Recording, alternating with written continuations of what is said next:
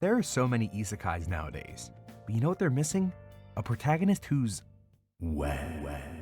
The Water Magician is a currently airing anime that you probably haven't heard a lot about. With a basic title like that and an incredibly simple baseline premise, I don't think anyone could blame you for not noticing this show.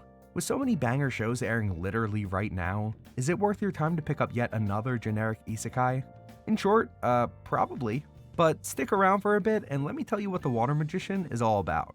Our story begins with our main character, Ryo, a 19-year-old who recently died to our favorite recurring character, Big Truck. After his encounter with our favorite antagonist, we find him in the afterlife, talking to what is defined as an angel. This angel explains to Ryo that he's going to be reincarnated, asking him what type of life he'd like to live in his second go-around. Ryo has one request: a quiet life, with no overarching grand purpose or adventure, just a simple life where he can pass his time doing what he desires.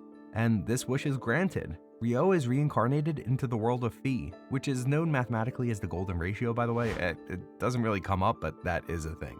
A fantasy-like setting where roughly 20% of the people can inherently utilize magic. Ryo is told that he's going to be part of that percentage, with a distinct affinity for water magic and the inherent skill of eternal youth, meaning that he won't physically age, not making him immortal, but definitely being an unforeseen bonus. So we have our little setup here. Ryo being transported to a new world to live in a quaint cabin, just practicing his magic, straight chillin'. But things aren't that simple. This new world isn't some safe haven paradise. There are monsters around, and a lot of the luxuries that we use in our day-to-day lives aren't there for our MC. But it's problems like these that I believe make the series interesting. Something as simple as Ryo trying to make warm water for a bath becomes a whole thing. It's fun to watch. The show ends up jumping ahead roughly 20 years into the future, with Ryo still having the same day-to-day life, with the only real noticeable change being his progression as a magician. He's notably stronger with his magic, doing things that were once impossible for him without even thinking now. His simple life of relaxation is upended when he comes across the wreckage of a ship on the coast near his home. Here he finds Abel in the wreck, saving his life in the process. Abel is a warrior from a somewhat faraway city, a city that he needs to get back to.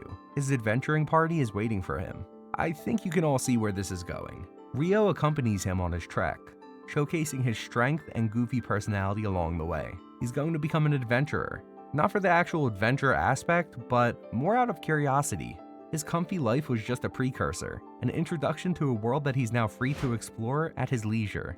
And that's an introduction to the Water Magician. Listen, you get what you pay for here.